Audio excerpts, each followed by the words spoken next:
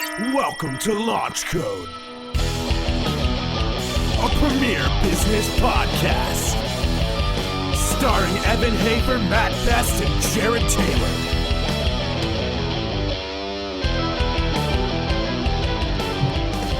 Today we continue with part 2 of 3 with our conversation with Donnie Vincent. How old are you now? 43. Okay. Yeah. Minnesota the entire time, which we're coming out of the depths of our conversations that we were just having, but I want to kind of bring... Yeah, so born and raised in Connecticut, and then I moved. I have a brother and sister who are both brutal drug addicts. And so when I was growing up, they could never find their way. And I had never done drugs and never was going to do drugs. All of my friends did drugs when I was growing up, but it just wasn't for me. And my parents thought that they would basically move me away from the drugs in Connecticut to wholesome Minnesota, where there are also plenty of drugs. Right. Yeah. And so we moved out here, but it was a great move for me because I could spend a lot more time outdoors here than I could in Connecticut. I still did. I still found wild places in Connecticut, but, I was playing around with snakes and turtles and frogs and all of that stuff. But when I came out here, I could actually hunt and fish and do all those things. And so I ended up going to school. I literally just looked, I would approach life completely differently now, I think. But I literally got biology degrees because I wanted to do something that allowed me to be outside and allowed me to contribute to wildlife and contribute to trying to make wild places better. What was it? What was your family? Can you talk about that? Like how you grew up and like what'd your dad do? What'd your mom do? Did you guys have? So my dad, he always worked, when I was a little kid, he worked for IBM. He just did like computer networking stuff. And my mom always had just kind of odd jobs. And we lived in a nice house. Like it wasn't anything that was degraded down or anything, but we lived in a nice house. And my brother and sister, I don't really speak with either of them. I don't speak with either of them anymore, but it was just brutal. Like I saw the way they treated my parents and saw the way they treated me, and it was just was not a very safe environment. It was something that kind of taught me to grow up angry. I grew up pretty angry and pretty violent, if you will. And so it just was not, I never felt protected, never felt a safety at home at all. And so, I just went screaming the other direction. I just said, I need to just distance myself from that and put my nose to the grindstone and pour myself into other things and move forward. Well, when did you, how old were you when you went to Minnesota? So we moved to Minnesota when I was in 10th grade. Okay. 10th grade. Yeah. So that was a rough transition as well. Just, switching high schools and stuff like that and being a guy, and I ended up finishing high school in Big Lake, Minnesota, which was great. Like I have a lot of friends there, and it was a small graduating class of like 70, something like that. And all the kids were awesome. Like, I mean, there's definite contention there, when you're moving high schools, but everyone was great and teachers were great. It was a good experience. I actually went back and spoke to the middle school a couple of times just because I was such an unsuccessful student, kind of. I got, there's just a lot of, I'm not going to say violence, but it was definitely, Did you get in a lot of fights? Yeah. I definitely had struggled to find my way. Yeah. And so I was very unsuccessful. And then no one ever thought I was going to go to college. And then I applied to the University of Minnesota, but I didn't take any advanced classes in high school, like no second languages, no algebra. I was in like basic math the whole time and like just categorized, right? Just like, and I'm not blaming anyone other than myself because I wasn't applying myself, or I didn't realize how to apply myself. Like I was just busy surviving with my family, right? And just trying to wrap my head around things. And my parents were struggling when we moved to Minnesota. Like I worked my ass off, and I gave all my money to my parents to help them make the mortgage. Like they weren't making the mortgage on their own. So I just busted my ass and literally handed my paychecks over to my mom and dad so they could, figure out their half. And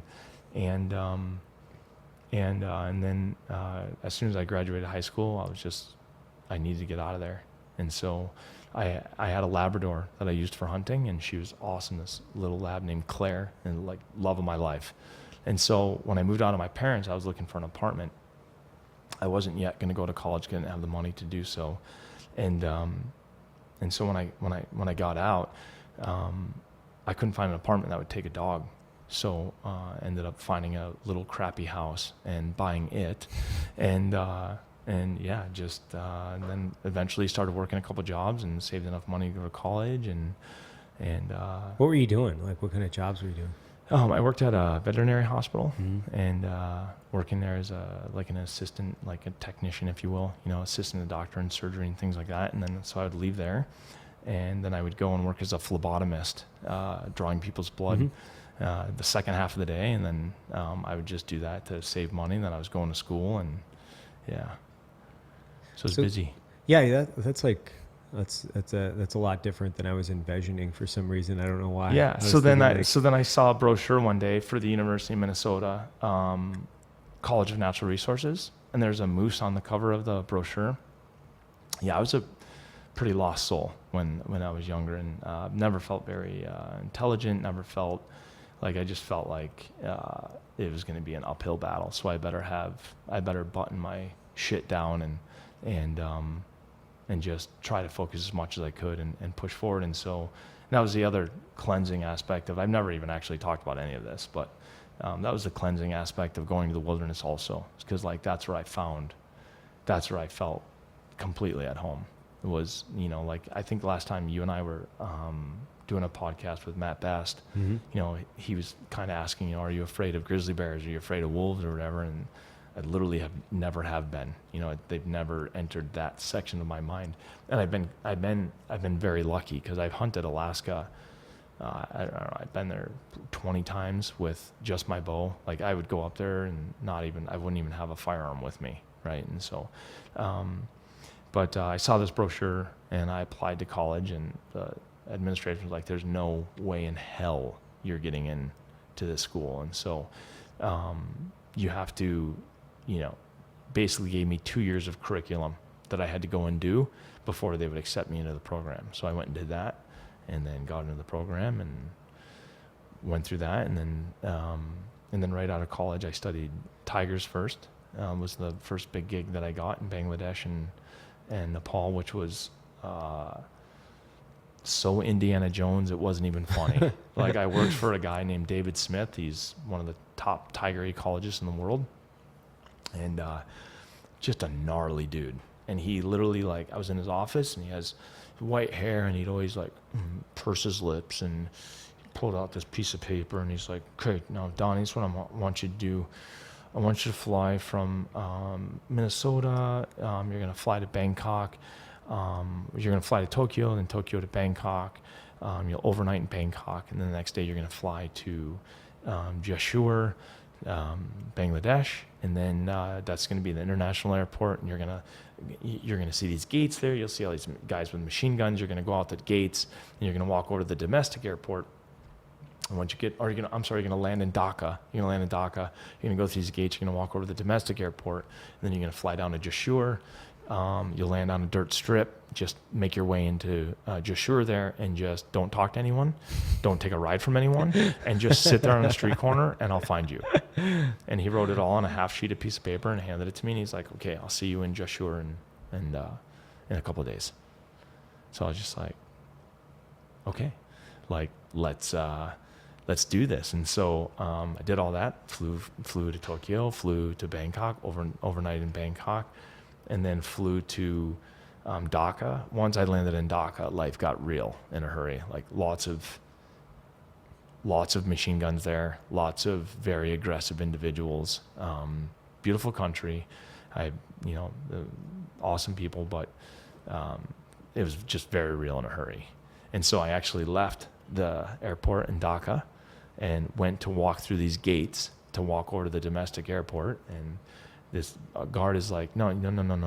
If you walk out of these gates, like, you see these guys in the towers, they're going to shoot you. This is a no walk zone. Like, you can't walk here, right? People are not allowed to walk here. This is a protected area. And so I was like, okay, well, this is what I was told to do. He's like, no, you got to take a cab around this area to get to the other airport. So I was like, okay. So I did. I took a cab over there, or took a ride over there, and that's an entirely different story, because the cabbie would not take me, and I kept kind of engaging him, and there was a police officer, and he was paying attention to this, and he came over to me and he said, "What's the problem?" I said, "Oh, there's no problem. I'm just trying to get this guy to take me over." So he goes over to the cabbie and literally gives him, just smashes his face in with his forearm, just absolutely smashes his head against the window and yells at him. And then he goes, "Okay, we're ready." Opens the door, I get in, and the cabbie drove me over to the other airport and didn't collect a fare, nothing. And then I just got out and got in a little airplane and flew down to Jashur and sat on a little dirt corner.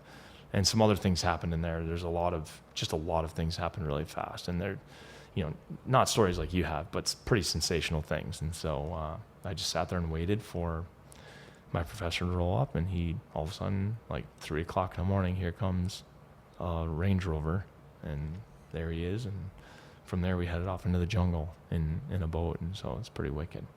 That was my first biology gig. That's a good biology gig. It was really good.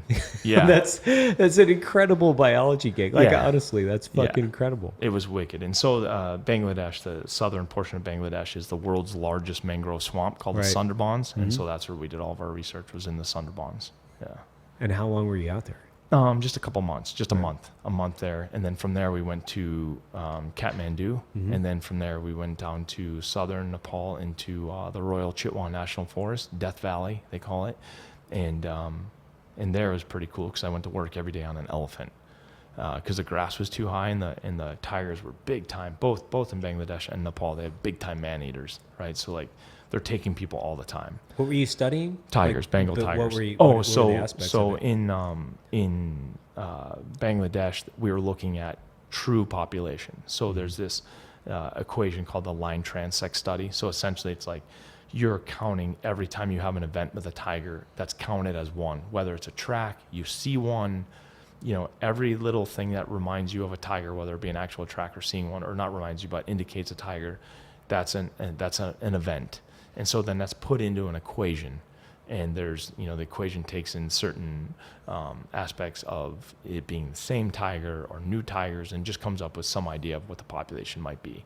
And so there's all these canals, millions of miles of canals in Bangladesh. So we were driving down these canals in these little gondolas and looking for pug marks, tiger tracks, crossing in the mud, and mapping them out and trying to make, because they have huge poaching problems there, because local guys kill them and sell them to Asia. And then when we were in Nepal, we actually had tigers that were radio collared, and we were just looking at how they use their territory with relationship to males and females, and how they're utilizing their territory for food, and trying to see some relationship between villages that were near them and how they're using their natural habitat, because they were taking, they would take people and cattle and things like that. So what's the population like? Like, I'm trying to grasp. That's a great question.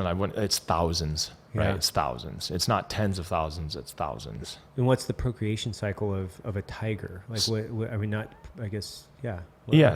reproduction cycle. Yeah. So it's kind of like, if you picture like a rotary phone, so it'll be, a male will service several females, right? So the females will have little territories around the outside, and the male will service several females. And then so then obviously the males would breed all these females, and then they'd have their kittens, and they raise them for 2 years or whatever, and then and then they'd go through that whole cycle, 2 to 3 years.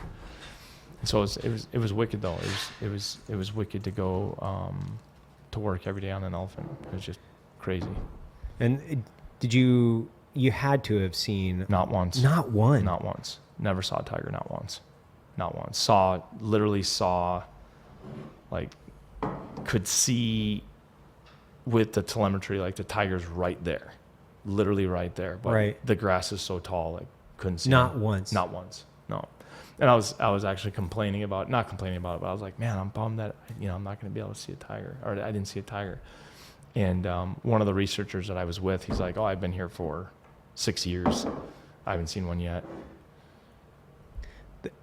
Fucking 6 years. Yeah, and they told a story. I wasn't there for this, but they told a story that a tiger started swimming across the canal in front of the boat, and so everyone had seen a tiger that was on the boat, and so they're trying to find this guy that had never seen a tiger, and he was in the bathroom. He had diarrhea, and so they were trying to hunt him down, and they finally got him down, and they got him, and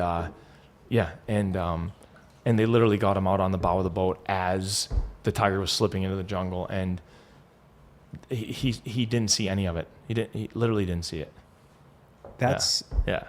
That's fucking wild. I know, to me, man. it's so weird because when you tell people like you're there working on tigers, they're like, "Oh my God, you got to see tigers in the wild," and you kind of have to just stare at your flip flops and say, No. I But you don't. didn't see one." 6 years though. I mean, if you caveat that with that story, I think it puts it in perspective. Yeah. And then thousands of tigers, but they're just not seen. No, and the jungle is, it starts, there's the water, and then there's a little bit of like 5 feet of mud beach, right. and then it's a wall of vegetation. So, right. like I would see tiger tracks, so we would measure them by how the water would run into the track, right? So we would find tiger tracks that were just starting to dimple with water. So the tiger was, he was there 10 seconds ago, 15 seconds ago, 30 seconds ago. But you're standing there looking at a wall of vegetation. He's not gone. He's right there. Right. But you can't go looking for him. Right. Yeah, because he's gonna kill you and eat you. That's fucking. Because that's a totally different predatory animal than a bear. Yeah. Completely different. Big cats are completely. You are 100% on the menu. Right. Period. End of story. Like there is no, like I've been surrounded by packs of wolves and it's not even scary because you can almost see the look on their face that they know that going after you is a bad deal. Right. It's not going to end up well for them. Like they might kill you. They probably will kill you. Right. But it's not going to end well for them. Right. One of them is going to die. 2 of them is going to die, or at least they're going to get injured. And with the big cats, that's just not the case. Yeah, they're going to eat you. I mean, but that makes sense because there's. I mean, and people complain about this, right? And we talked about this earlier that I just had this guy write to me and say, I don't want to go down that rabbit hole because I really don't know much about it. But this guy was upset about that Joe Rogan. I talked about lions, and so he wrote me on Facebook or Instagram I think, and he said, you don't know what you're talking about. You're kind of spreading poison, and I really, it's not that I don't know what I'm talking about, but I know the aspects of lion hunting that I don't really care for, and that's what I was speaking to. And then this gentleman said, well, you don't know, in Africa, lions are killing people, they're killing domestic livestock, and you know what? People love to value human life as though it's above animal life. And in some regards it is, but in you're human. In actual reality, humans are animals. Right. To the lion, we are nothing but a nuisance that is a predator to him or her, something that's taking up space of his or hers, something that's bringing in domestic animals to an easy kill for him or her, and then so is your son or daughter or wife or husband also is pretty easy prey. And so it is tragic when people are killed by lions. I completely agree with that, but it's also the natural progression of things. It's just like, for instance, this October, if I get killed by a bear, there's no sorrow to be had there. I was putting myself in the wilderness. I'm traveling amongst bears. If I happen to get mauled by a grizzly bear, killed and consumed by a grizzly bear, it's just the natural state of things. That's just how it went that day. Like that's reality. Right. Yeah. That's just how it goes. I think everybody, at least I shouldn't say everybody, but when you put yourself in the food chain, and I think that's what we're talking about, which we are, but you're really immersing yourself in their environment for the most part. And the risks. Yeah. Like you definitely. I mean, there are a lot of people that might not understand the risks. I mean, the mountain biker in Northern California that gets gets taken down by a cougar. Yeah, that's slightly different. Slightly right? different. That's a crossover of habitat there. And it's also probably a lack of appreciation for the environment that they're in, and a lack of understanding, and a few other things, right? But it's still ultimately their fault. Yeah. But you definitively know the risks. And there's nobody. I mean, there's very few people that know them better. So and you're taking an active choice. You're the one making the choice. I think when we talked about it, I think we talked about it for a few minutes, where, you know, professional soldiering is the same way, where, you know, you're making an active choice. You're a participant in this event, and, you know, people will mourn, but in all actuality, you're a volunteer several times over, and somewhat you're choosing the path that you're on. Mm-hmm. And is it's sad for sometimes the family, but not for the individual, because they've made that choice ultimately. Mm-hmm. And the violence of a death, I think, is sometimes, you know, those are the things I think that that I think about only in the context of that person was in great pain for, you know, a short amount of time before their departure, which is unfortunate. But they've also been a volunteer several times over, right? And I'm not devaluing it. No. I'm saying it's definitely in the special operations context of the military. You know, the regular, when I say, you know, the person that enlists for college money and is on his second year or his first year, he doesn't quite understand the environment that he's stepping into. It's one of ultraviolence that can be taken away. And it's also been misportrayed by the, you know, movies. So there's a context of heroism and a lot of other things that people think, but that's not reality.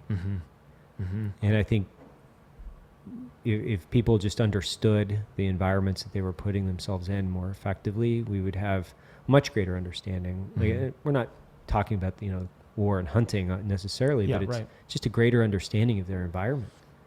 Yeah, it's and it is sad. Like when you have people that when something tragic happens, whether that be, you know, a soldier having his life taken, which I can't speak to at all. I've never been in any sort of military action, but if you put yourself in position of that soldier, I imagine that's very painful for the family. Like they're thinking about the final moments, and that's what's probably really haunting them, and the fact that nobody wants to die doing their job.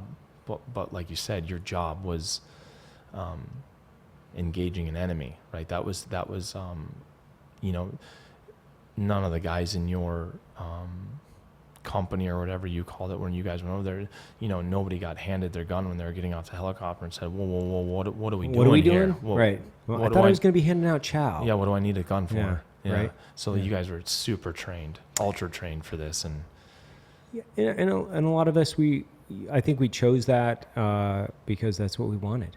You know, like that's what we wanted. That's, I mean, and to me, I think not to turn the conversation whatsoever into me, but it's there was a certain aspect of wanting a finality. You know, I think there was not a death wish whatsoever, but I never expected to leave Iraq.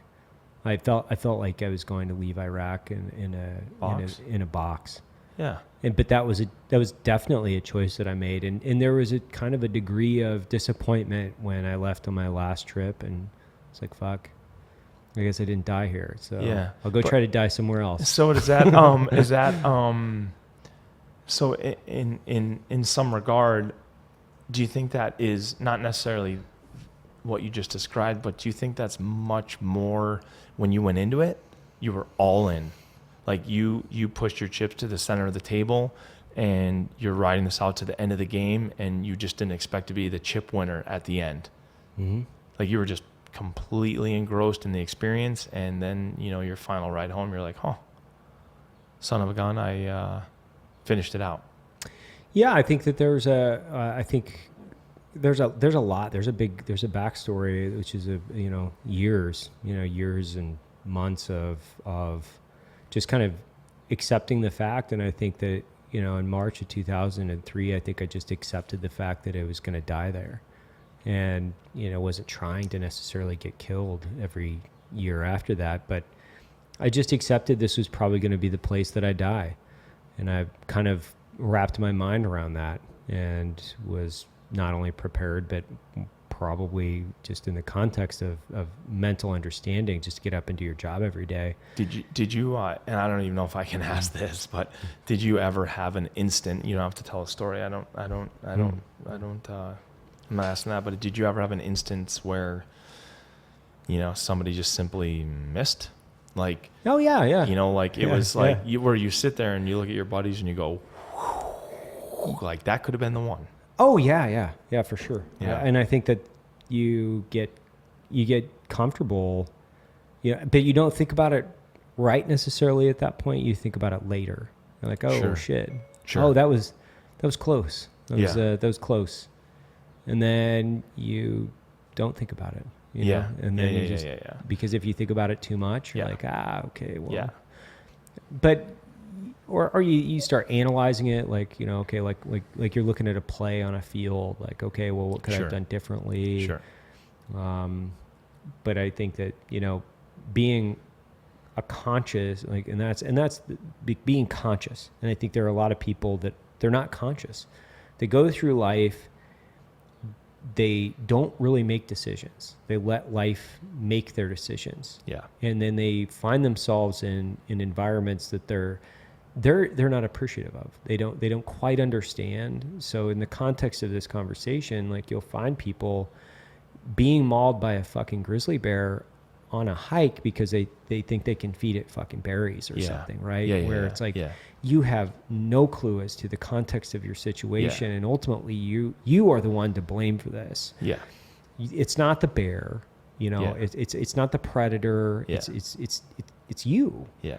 Because you had no understanding of this situation, and you just blithely fucking walk through life just letting walls decide your path because you bump into one and you turn fucking left.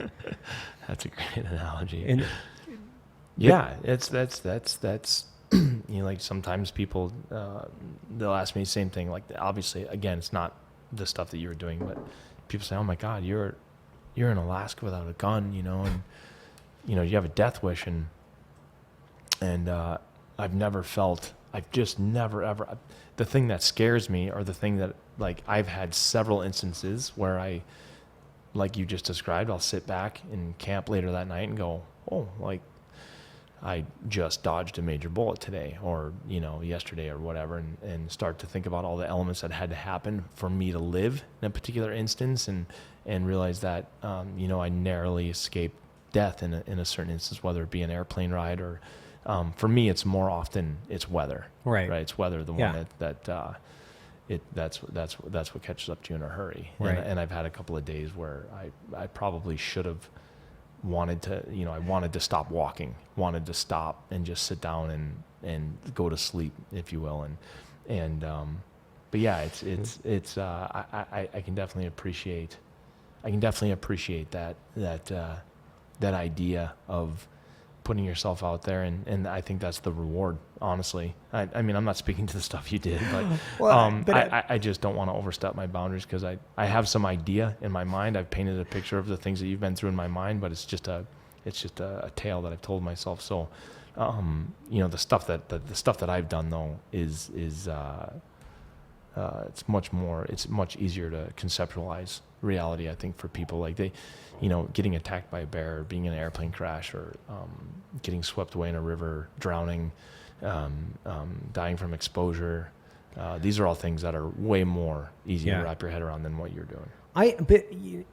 Thinking back on, my wilderness adventures, I have found myself in the worst situations based on laziness and poor decision making, right? And when I say laziness, it's like, okay, I know I think I can cut up and over that saddle, for instance, right? And it's like, yeah, it's pretty steep, and I know that there's like a piece that might be kind of technical, but the other route is fucking brutal and long. And that's where I find myself in the fucking worst scenarios, where I'm like 3/4 into this. I can't fucking go back down because it's actually harder That's to go back down. Way harder. Yeah, It's way harder. It's so easier. It's really quick if you want it to be. Super fast. It's super fast. Yeah. And you're like, okay, well, I'm 3/4 into this. I'm committed. And even going into this, like I'm committing to this, but I know I'm going to be fucking, I know I'm going to be scared. Yeah. I know I'm going to be scared out of my fucking mind. Yeah. 100%. But feeling the context of life on a finger Yeah. in a situation where Yeah. you're like, God damn it, I should have taken the longer route. Yeah. Those are that like I know that so fucking well because I'm like, this is my fucking laziness that got me into this, and I would trade this finger right here for that fucking long route right now. I would do that.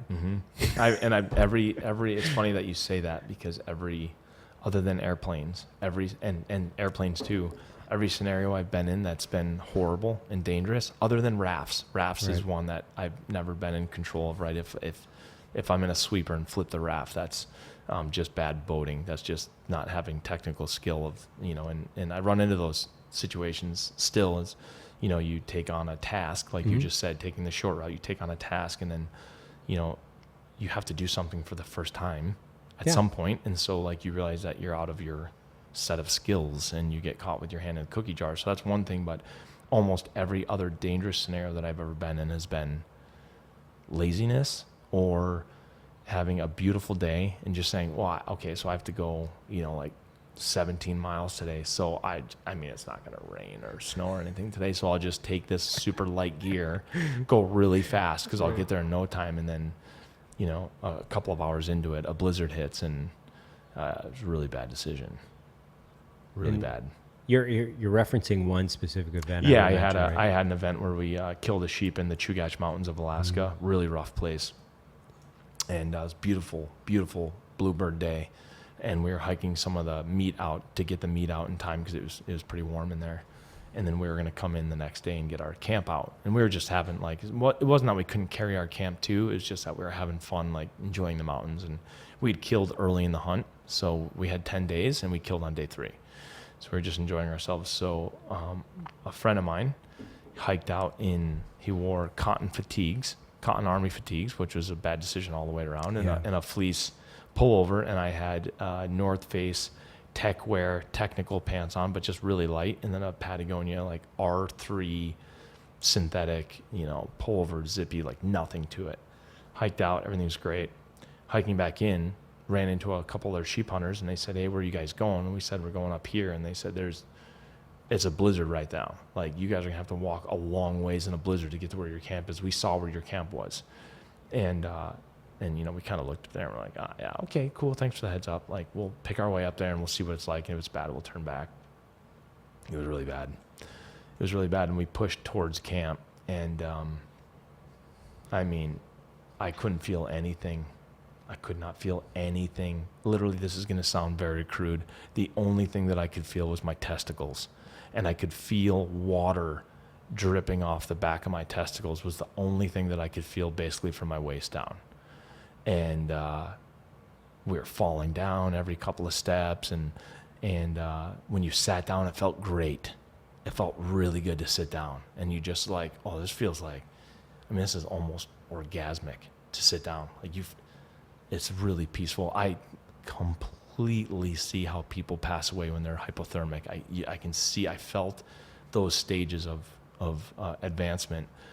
And the guy that I was with, he would just always say, we would do it to each other, but we would just pick something that was like 30 or 40 yards away, a rock or something.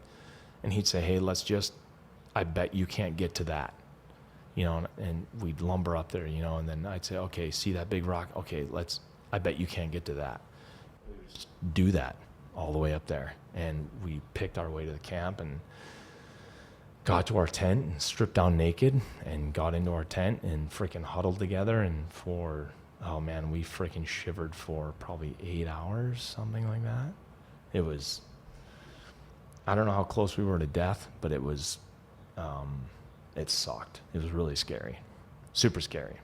I'll never forget it. And it was just a bad decision. Like had we brought our down with us and had we brought our rain gear, it would have just been a walk in a blizzard. Right. And literally 2 little tiny pieces, a little rolled up set of rain pants and jacket, and a little tiny puff jacket and puff pants. And it would have been just a cool story. Yeah. That's it. It would have been like, oh, yeah, it's a hike. Neat. Yeah. But people, and people think it has to be cold out, for that to happen. It doesn't, right? You read stories about people dying of hypothermia in the Caribbean, right? And you get wet and your body loses a lot of energy because, this idea of entropy, right? Your body's heating all of the elements around it and just sucks everything out of you. So it's the exact same thing. And even some of the airplane rides I've been in, we can either take the long way around the mountain range, or we can zip through this pass. Right. And you go up through the pass and, it's socked in. So, and we can't turn around because we're cliffed out on both sides. So try to help me pick our way through this. Yeah. Yeah. No, that's even fucking scarier, man. Holy shit. Man. I have had some. I flew out one time with a pilot who basically flew the whole time with his door open, like looking at the ground, following a stream out because we couldn't see the mountain edges. So he flew with his driver's side door open, looking at the ground. That's crazy. Yeah. Like and the whole thing is just so he could get us out to his schedule to pick up this guy over here literally like getting a cheeseburger at a drive-through. Like, okay, Evan, you do the fries. I'm frying the cheeseburger. Like, get this guy out of here. Right. Like he's literally treating as though we're a cab fare. Right. That's it. Yeah.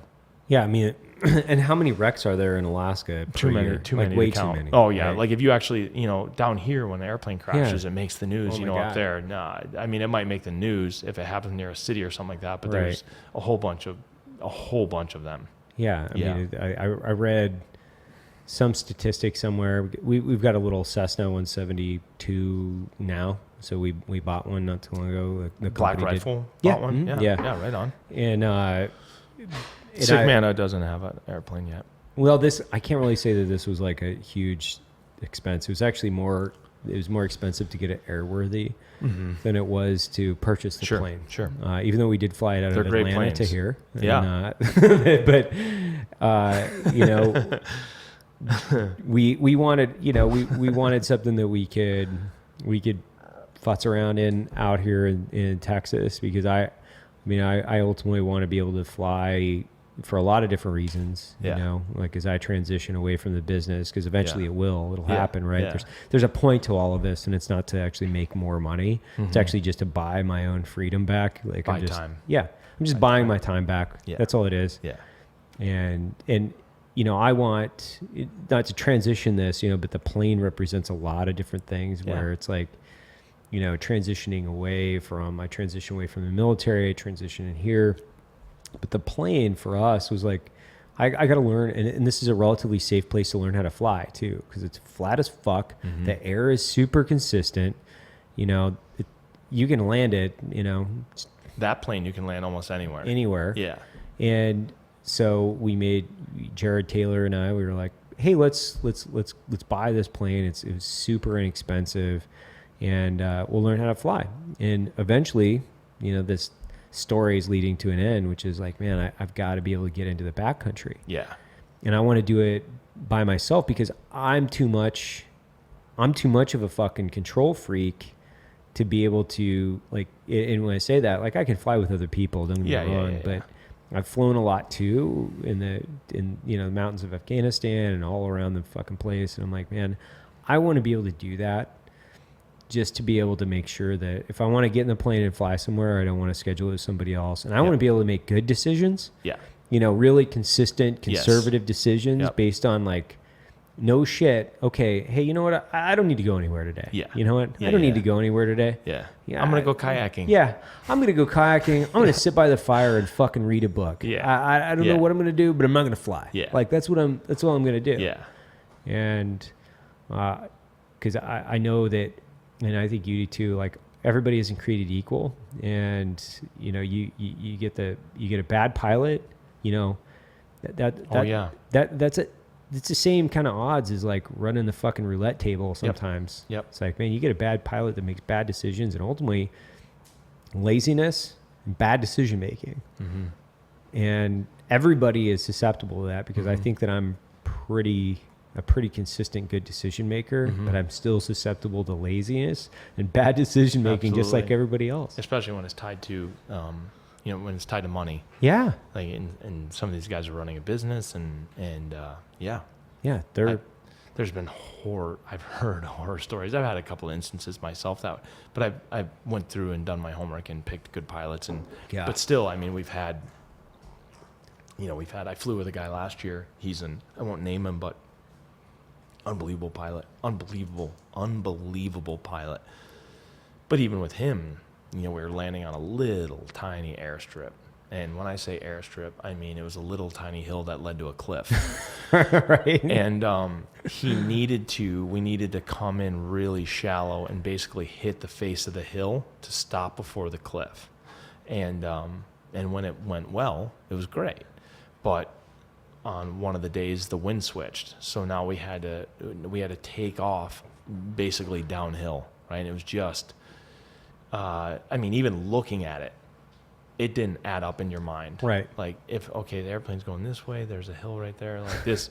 Okay, so when you're a little kid and you got a board and a ball and you're making a ramp, you're like, hey, this isn't going to work out. Like when you're looking at it, this is not going to work out. And it nearly didn't. Nearly didn't. It did work out, but it nearly didn't. And so like when you're taking off, you can't, it's like doing a backflip on a motocross bike. Like Yeah. at some point you're all in. Yeah. And so when you go down a runway, you can't go halfway and be like, it didn't feel good. Like you're full throttle. No You're matter committed. what, you're committed. You're committed. Yeah. And so you just kind of like appreciate his talents and the airplane that you're in that's made out of tape. Yeah. And you let it buck. Like I'm sure, like when you get established, I'm sure you're going to buy a Super Cub for Yeah. when you Yeah, go yeah. back to Idaho. Yeah, I mean, yeah. that makes perfect sense, Yeah. and that's what I was in. And Yeah. so but it's an adventure. It's always, but that's the jam, right? That's Yeah. the game. Like my funeral is going to be a party. Yeah. It must. It Yeah. must be, because that's how I've lived my life, and I don't know when I'm going to die, but we'll just leave it at that. But I don't know if I'm going to die of I don't feel like I'm going to die of old age. I don't feel like it. But But if you do, is it going to be if you die of old age, is it going to be that big of a deal? no, Yeah. not at all. I mean that might be a celebration in and of itself, Yeah. and hopefully I get to look back on a bunch of photos and film, and even when I can't remember that I have to, wipe my backside, that people can remind me of the things that I did if it goes that far. But I certainly don't want to. I don't want to waste any more days, and I don't feel like I've wasted many, but I definitely feel like I'm happy with who I am. I'm happy with where I am. I'm really happy with the men I get to share my life with, and women that I get to share my life with. But the crew that I work with Mhm. is just empowers me every single day. They just inspire me beyond no end. Like I of course wouldn't be where I am without William and Kyle and Casey and some of the others that have come and gone. But I'm extremely thankful that I get to work with these gentlemen, and that they haven't. These guys get job offers to leave me. They have to. Daily, Yeah. and Right. and I've had really wealthy guys try to steal them away with with big dollars, and I've had other guys that have doing something similar, and they say like, so how do you keep them? Right. Like how do you do it? Like how is it that you keep your team together? And I don't know. We just keep doing really kick-ass work, and we believe in each other, but yeah, I'm just really thankful of the guys that I get to work with, and the work that I get to do, and the people that I get to share it with, and of course sitting here talking to somebody like you. Like I feel like I should be interviewing you, right? Like I'm not denouncing myself, but you're the fascinating one here, right? You've lived this life that is just like transcending, almost fictional, and so It's a pleasure to be able to sit down and even in the truck ride over here, and even being invited to your home and being invited to your office and coming down here and talking business with you. Those are the things that like I'm extremely aware of and thankful for. Well, that's a great compliment. It's not even close to the end of the podcast, by the way, because it seems like it's a bookend. No, right? I'm not. We're No, going for the fucking long haul. No, I'm not. You know, it's so interesting. And thank you. It's so interesting to me because like I think that I owe people kind of a unpacking, because like I am so respectful in the sense of, and I don't want this to turn into some fucking stroke fest. That's not what I'm like. That's not what I'm into. But like I chose a different life path. You know, I did, and but I kind of sold out in my mind in a way, where it was like when I see you and I'm like, man, and I'm not saying like, hey, I could have chosen a different life and I could have been Donnie Vincent. That's not what I'm saying. I'm saying, man, I did this for my adult life, and it's something that I did. I can't necessarily say that I'm even proud of it. It was something that I did that I needed to do. But if I was really being like true to myself, even if I could roll back the clock to, 20 something years old, I would have stayed in the wilderness. I would have, because I fought it,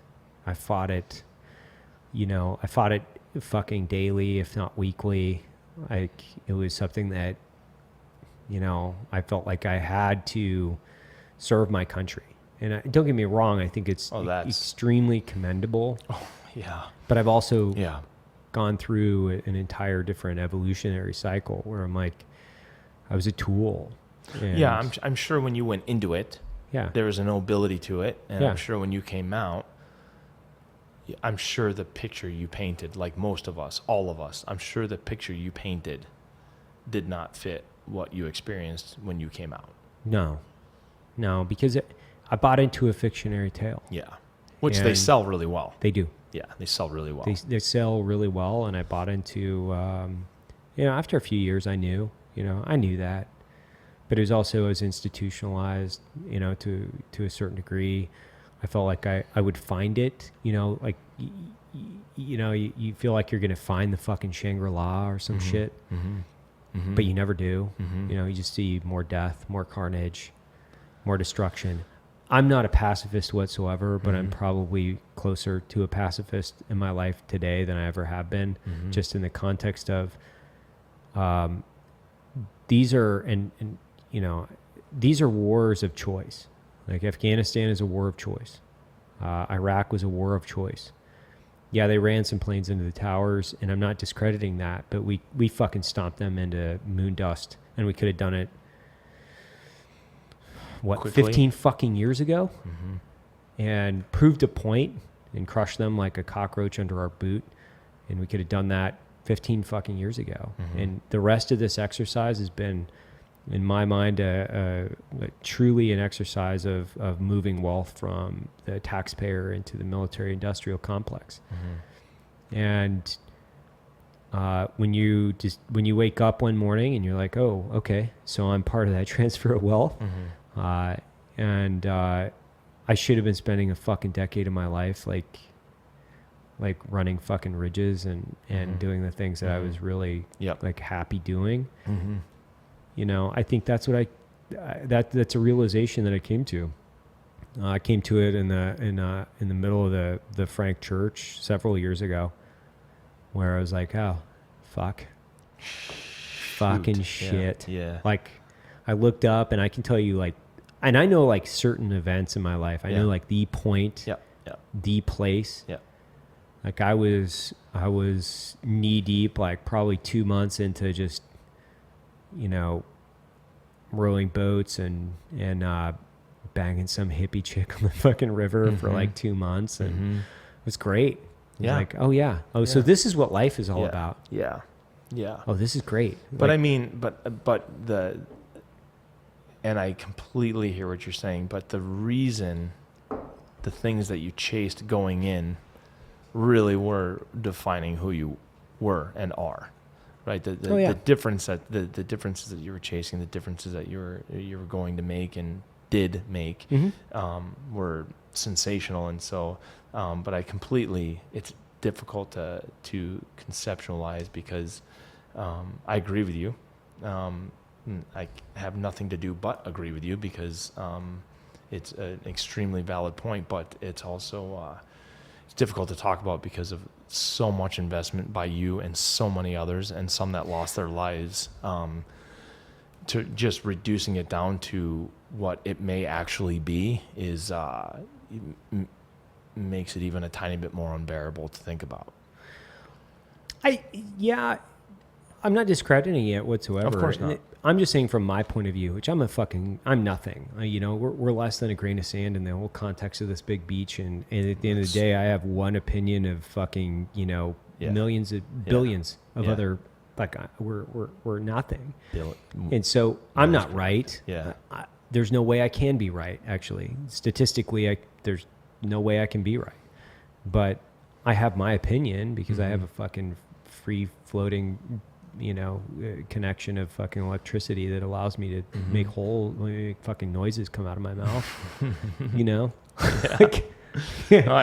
I appreciate it. Yeah. I mean, the conversation that we had in the truck on the way over here, which is similar to the one we're having now. I'd never really heard it. I've heard people that weren't in the military organize it in that fashion, talk about it in as far as the business side of things, but I'd never really heard somebody active or retired speak of it in that manner. I have a couple of friends that have done really sensational things, much like yourself, and they don't talk about it, but I see the very words that you're saying, I see on their face. Yeah. And so, well, service to your country is something that's, even to me, I love America. I love it. I mean, tried and true, and that's something I can never just discount in this atmosphere of democracy and capitalism. Like, I love it. I love the country because all things created equal on this fucking, 70 some arm scale, we're pretty heavily weighted in the aspect of the individual. It's fucking pretty cool because you get to choose, right? Yeah. And I love what it stands for, but there are things, and obviously, right? Like we can talk about this for fucking hours, but there are things that I fucking hate about this country, and it's not that I hate the country whatsoever. I love the country. I love it. Like, I'll bleed for it. I've forfeited, my time, my freedom, but I've also earned the right to be able to go, I don't like this, and this. And, when I see the country just being exploited in the sense of, if you're only chasing a dollar, like, and that's like the business sense of this whole thing where it's like, if you're only chasing a dollar, it's a hollow, fruitless endeavor where it will never yield you the fruit that you're after. Yep. It will never do it. Never. I was reading, I was actually reading the book that you recommended that I read. Principles. Yeah. Which was kind of freaking me out and depressing me a little bit. Ray Dalio. Yeah. He's a crazy dude. Yeah. And some of the things that he was talking about, I just finished the 5th chapter. So I'm just there's like 170 chapters. I don't know, like 500 or it's a fucking encyclopedia. Yeah. So I just finished the 5th chapter, but it's depressing on how, not depressing, but just hear him talking about this tremendous wealth that him and some of his friends have built, and then 12 months later, 13 months later, the filing for bankruptcy. Yeah. And then building tremendous wealth again. And I'm realizing that's his hunting. Yeah. That's his military, if you will. And because I'm hearing about like the wealth that he's talking about, and I'm like, oh my word, I would have cashed out long, long ago and done little to nothing afterwards, but I would have done great things of my own passion. I would have chased things that were not the market, but I just, reading this thing, and I hear this story building up, and he's, monetizing all these, looking at hog commodities, and then okay, so now I'm looking at corn commodities because we're going to feed the hog, and then I'm looking at okay, so now I'm reading the weather to grow the corn to feed the hog. So he's now adding up this recipe to wrap his head around buying hog bellies or whatever it is, however you portion buying hogs. But he's literally looking at all the metrics. He's looking at the weather, which is going to dictate the agriculture, which is going to dictate the price of pork when it comes to market. He's looking at all this stuff, and it was really cool to kind of see everything be broken down that way. And then, and then they buy silver. Yeah. I think it was silver low, and it jacks up, and they sell it. Like, he sells out and makes a pile of money, but then his buddy stays in it and loses everything. And it's just like, I was tense just reading this thing, it's like these guys just chasing, he's not chasing dollars. He was chasing knowledge, right? Yeah. And even the game, like the portion I just finished with where he was talking about where he had went on all these news channels and talked about how a big crash was coming, and how his arrogance of, he was looking at the trends. And so the trends that he had looked at with his computer, with his algorithm, the trends that he was looking at dictated that, a crash is coming. Like, this recipe, we have the eggs, we have the batter, okay, we have frosting, son of a bitch, somebody's going to make a cake. Yeah. And so he went on all these news stations, he's like, somebody's going to make a cake, somebody's going to make a cake. Yeah. And then nobody made a cake. Nobody made a cake. And no crash. And then he